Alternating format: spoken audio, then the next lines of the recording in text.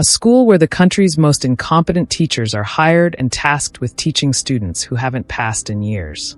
These teachers are nothing short of extraordinary. They should probably be working in a circus, but instead, they've accidentally become teachers. Let's dive into the detailed explanation of this movie. But before that, don't forget to like and subscribe to my channel. The movie begins by showing the worst high school results, where only 12% of the students managed to pass. The school inspector is furious with the principal, questioning why the results were so poor despite hiring the country's best teachers.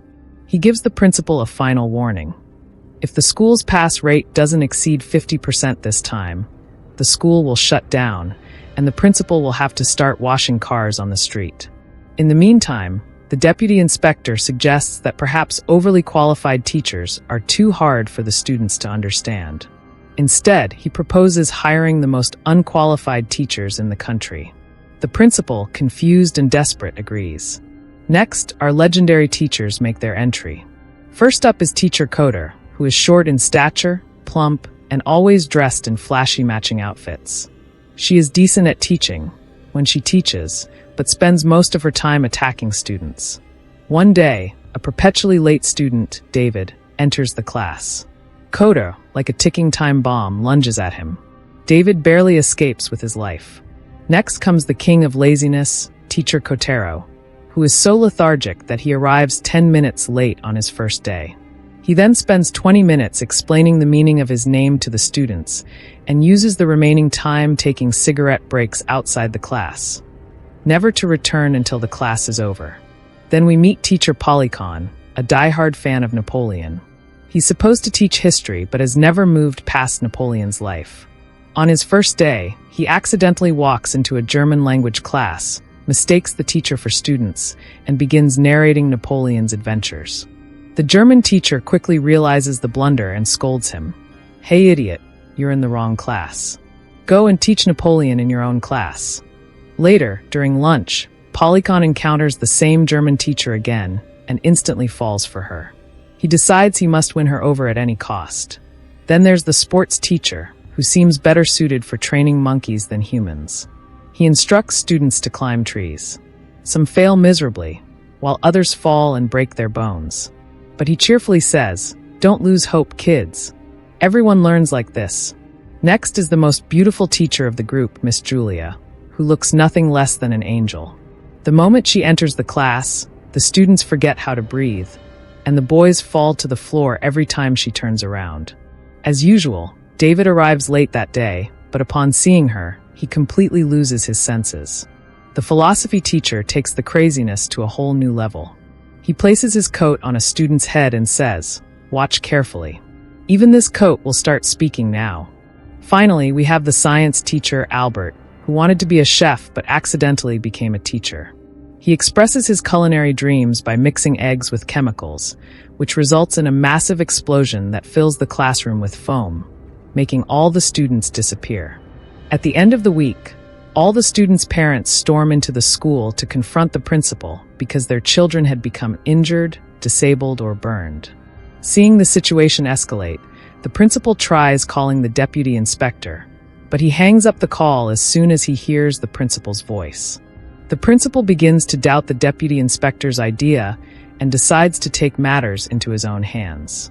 To deal with the aggressive teacher Gladys, the principal glues her chalk to the table. When she can't find anything else to hit the students with, she picks up the duster, which, due to a spring-loaded mechanism, bounces back and hits her face. Next, the principal plays a prank on the pseudo-Einstein science teacher by locking away all the chemicals, except for water, to prevent him from accidentally blowing up the school. When it's the turn of the lazy teacher Cotero, his chair starts making loud noises as soon as he sits down. When he tries to leave for his cigarette break, the principal's voice comes from the clock. "Hey, lazybones, get back and teach. There are still 20 minutes left." Then comes the case of Miss Amina, the beauty queen teacher.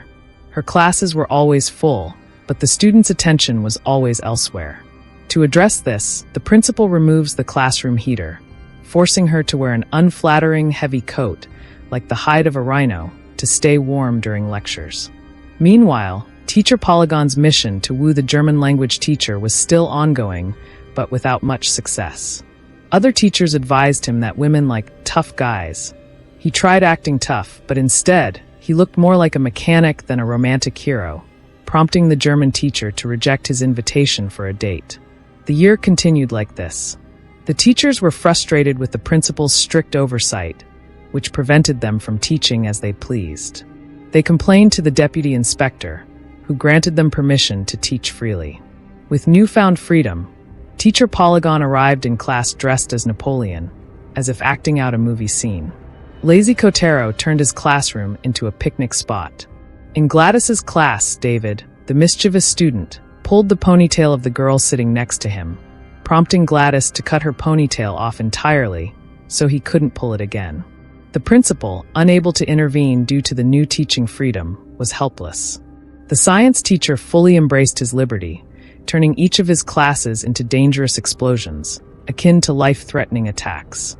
The philosophy teacher crossed all limits by instructing students to strip and wander around the university, claiming this would teach them the true meaning of freedom, something the world had forgotten. Soon, word spread about the school, attracting people from nearby areas who wanted to experience the madness for themselves. The number of students increased by 120%, turning the school into more of an entertainment club, with the teachers becoming celebrities. In another attempt to impress the German teacher, Polygon dressed as Napoleon and arrived on a horse to meet her. However, his plan failed spectacularly when the horse bolted before he could even speak to her. When the principal found out, he banned outsiders from entering the school. To check the students' academic progress, he arranged a mock test. However, the results were shocking. Only 3% of the students passed the test.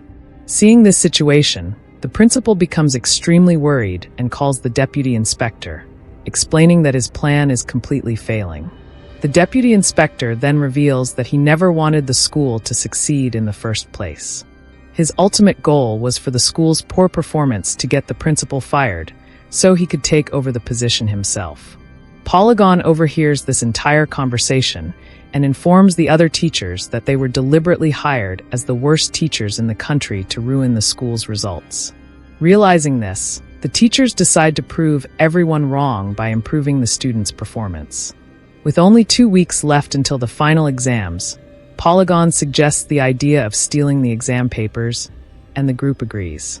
They start practicing with shields to dodge the guards' bullets. Finally, the day of the mission arrives. They drive to the ministry office, where a protest is already underway. Gladys pretends to faint on the ground, while Amina distracts the guard with her beauty. The rest of the group sneaks into the minister's office and reaches the secret room where the exam papers are kept. However, the papers are locked in a safe. Albert attempts to break the lock using his scientific experiments, but fails. At this point, the math teacher calculates something on the floor and deduces a 6-digit code, which turns out to be the next election date.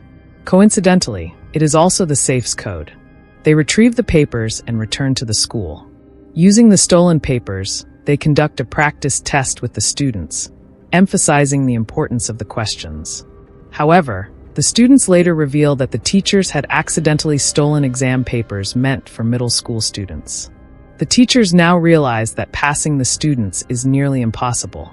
In frustration, Polygon goes to the principal's office to submit his resignation.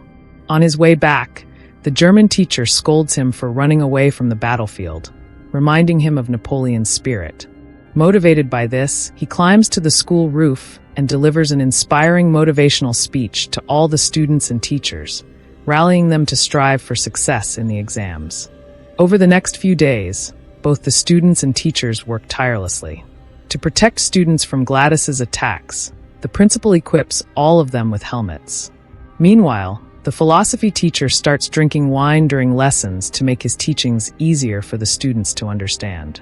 3 weeks later, the results are announced, shocking everyone. The school achieves a 49% pass rate, a significant improvement compared to previous years, but just short of the 50% target.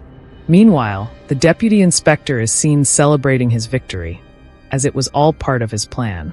At the same time, the principal receives a letter stating that David, who who had been failing for several years, was terminated from the school. This removal reduces the total student count, pushing the pass percentage to 50%. According to the agreement, the teachers can now be transferred to any school in the country. However, they refuse to leave, deciding to stay and help more students pass.